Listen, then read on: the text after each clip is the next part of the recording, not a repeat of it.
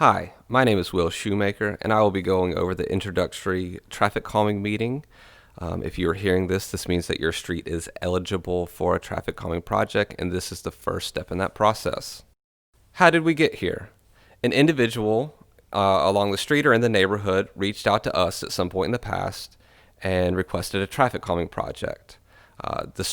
Your street, qualified, and we are now entering into the community outreach portion of this. When we do evaluations, we look at five main criteria. They look at vehicle speeds, we look at a crash history, we look at if you're near parks or schools, we look at sidewalk networks, and we look at each street holistically and individually because we know that each street in Raleigh is unique. Streets are then ranked based on the composite score that we get based off of that evaluation, from the highest to lowest, with the highest scores being those with the largest traffic calming needs. And then we as a group reach out and we attempt 10 to 20 projects per year. The agenda for today: we want to show you the different traffic calming measures that you may receive. We want to give the benefits, the pros and cons of each measure. We want to go over the process as a whole and the participation thresholds. We want to give a short summary of the design process, including the approval ballot and the city council hearing. And then we will have a question and answer period at the end. The first option is what everyone asks for, is speed humps or some sort of vertical treatment. We have two options for that here in the city of Raleigh.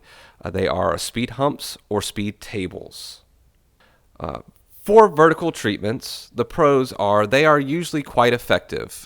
Throughout our history, we've completed around 40 projects where we see about a 9 to 10 mile an hour reduction of the vehicle speeds, where we generally see within about 2 miles an hour of the speed limit once a traffic calming project is completed with vertical elements.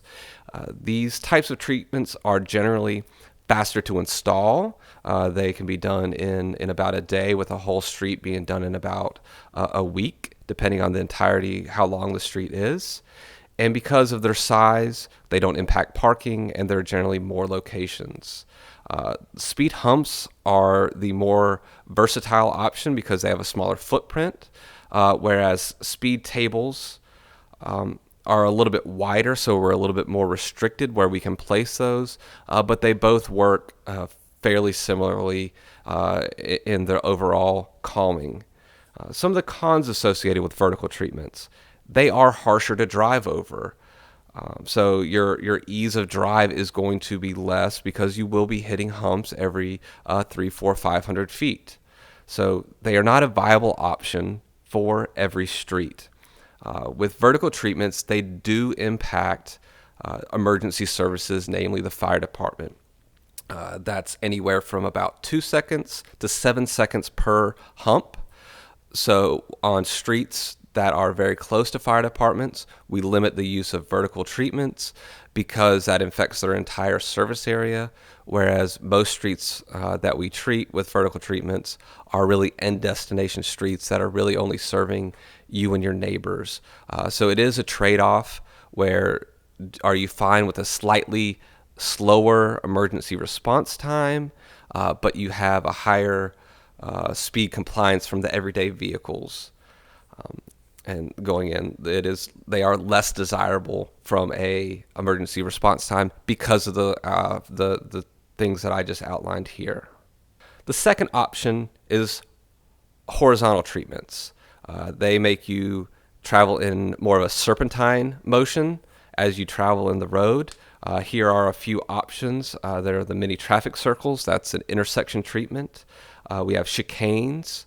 That's a mid-block treatment that kind of makes you make a turn and make a S motion when you're going down a straight stretch, so you can't just go straight and fast. Medians are another option. These are really good for intersection treatments because we can provide a pedestrian refuge in the middle, as well as it makes people slow down as they go through intersections, as well as a mid-block treatment. They can make sure that people stay in their lane as they're driving.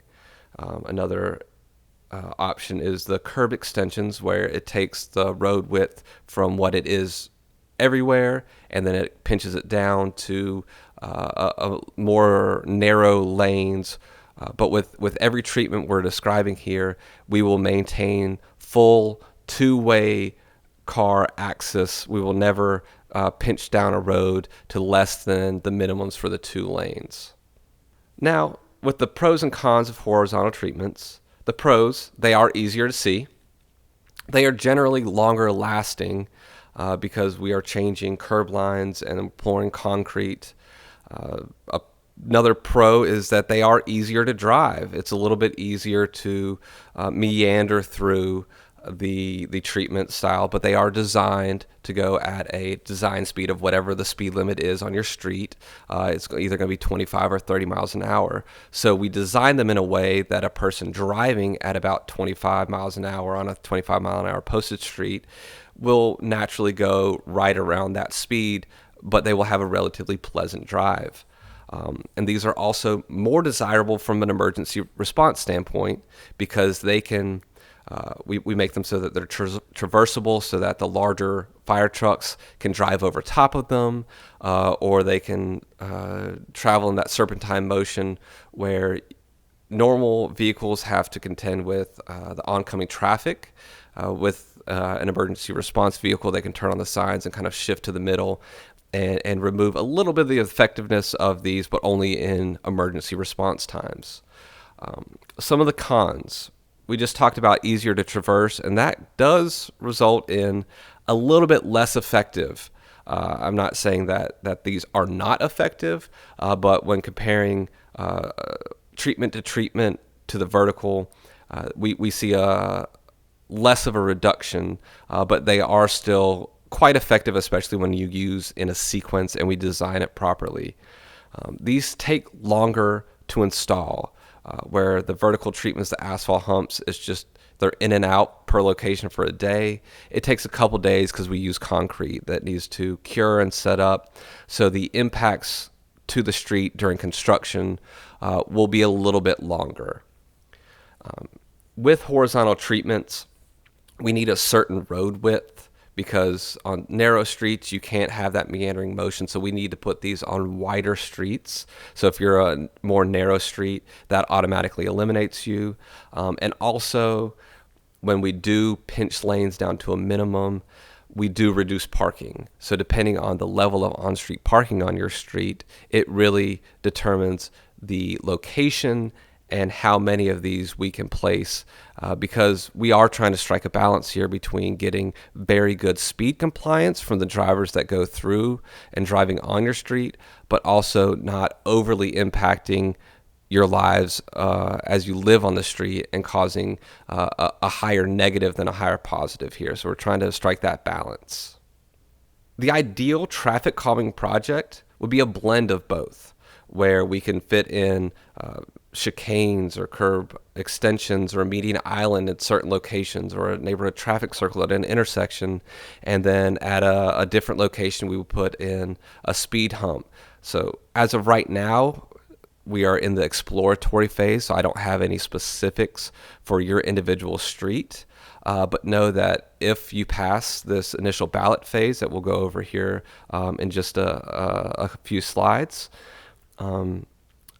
you will likely see some sort of blend of horizontal and vertical treatments that will provide a very good mix, provide a very pleasant drive, but that drive will also be encouraging speed compliant driving. Like I said, some of the more narrow streets is generally about 31 foot back to back. That's the cutoff that we use from back of curb to back of curb. So if your street is 31 foot back of curb or less, you will likely see a heavy mix of vertical elements such as speed humps. Whereas if your street is 31 foot back of curb or greater, we have a little bit more flexibility because we have more space to work with. So after this meeting, the next step is the balloting phase.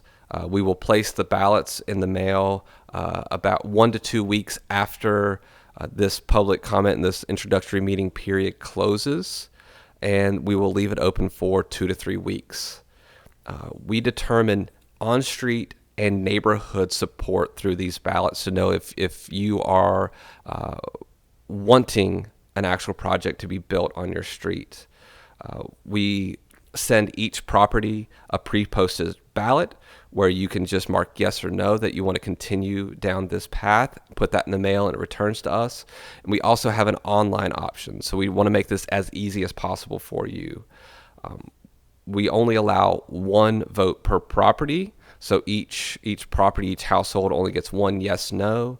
And like I said earlier, we have this balloting period open for about 2 to 3 weeks. With the balloting process, a successful ballot, we have 2 tiers. We look at the residents on the street itself, as well as we look at the surrounding neighborhood. For the ballot on the street, we need a minimum of 50% of the people to return those to us. So we need half the people on the street to participate in this process.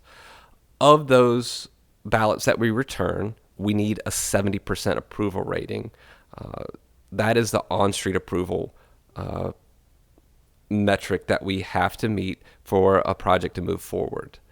The second tier, and we split up the 2 votes into 2 categories, on-street and neighborhood. The second tier is the surrounding neighborhood, and we define that as a 2-block radius completely surrounding the street.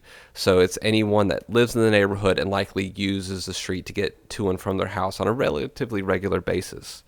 Since we are casting a larger net there, we require a minimum of 25% of the ballots to be returned. So we need a 25% participation rate, with a minimum of those that are returned to us voicing their support at a 60% rate. So again, on street, we need 50% of the ballots to be returned to us, and of those ballots returned, we need a 70% approval rating. And in the surrounding neighborhood, we need 25% of the ballots returned to us with a 60% minimum approval rating. If the ballot is successful, we will move you to the next phase, which is starting the design phase. Staff, we will work to generate a preliminary design based on your unique street characteristics and based on best traffic calming practices. We will then present that to the neighborhood and request feedback in 2 ways. One, we will post them online and have a bird's eye view of where we're proposing treatments, how they look, the footprint of them, and show them on the road where we think best practice is.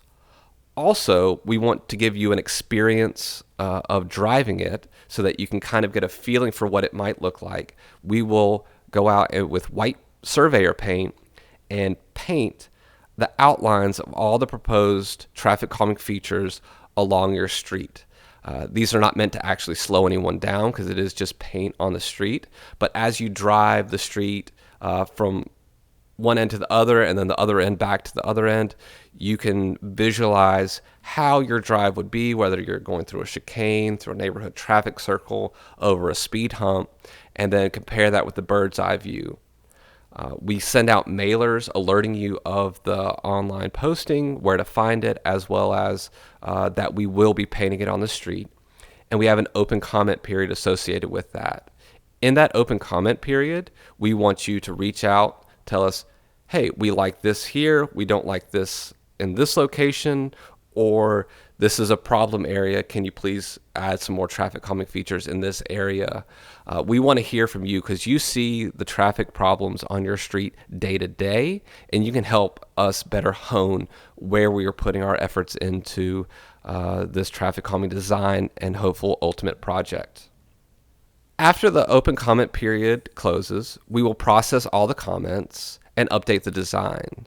I cannot guarantee that every single comment will be able to be worked into the design, but where it fits, where we are eligible from a practicality standpoint, and as long as we are still getting a very viable and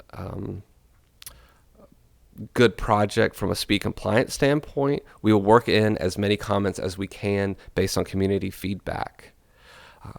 After this, we coordinate a final design meeting where we call the on-street and neighborhood all together and meet in person or virtually, depending on the scenario whenever we get to this point, and give you one more opportunity to look at what we're proposing as a final design. You can give a little bit more design feedback, let us know what you think, and let us know if we need to tweak any of the proposals anymore at that point.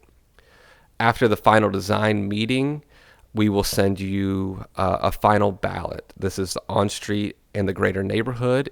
It is the exact same approval thresholds as the initial ballot, but instead of the initial ballot saying, would you like to explore traffic calming, this final ballot says, would you like the traffic calming design built as proposed?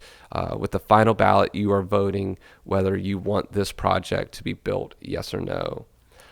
If the second ballot is successful, we go to City Council, request authorization for construction, place it out to the construction community, and get this built at the early possible time. From a whole entire project standpoint timeline, the goal is from introductory meeting to completed project on the ground around 12 months. So with us starting in January, we are a little bit weather reliant. So if we can go quickly, if depending on how this process goes with each individual street, if we can get it built in the fall, that would be ideal. But if we have to elongate the process just a little bit, it will likely be early spring 2021. Spring 2022 that we get this built. So again, the goal is from introductory meeting to completed project around 12 months, but we are a little bit weather dependent on the weather outside and how cold it is, because that does impact some of the construction materials. Please submit all questions to the public input portal, and we will respond to them in kind. This is very much like any other online portal where you can write a question and we as staff can write our response directly under your comment and have a very good conversation back and forth. And also that way, all of your neighbors will be able to see these comments and they can join in the conversation as well. One thing that I would like to stress is where projects have failed in the past is that there isn't a lack of support of a project, but there is a lack of participation. So please, when you see your ballot, mail it in, return it, and encourage your neighbors and your friends in your neighborhood to do so as well. We need a 50% approval rating on for the on-street participants, we need a 50% participation rate for those that live on the street, and we need a 25% participation rate for those that live in the greater neighborhood. Again, I cannot stress enough, please participate, because that is a huge component of this process. I look forward to moving forward and working with you as we go through this traffic calming process, and look forward to getting these projects on the ground for you. Hope you have a great day.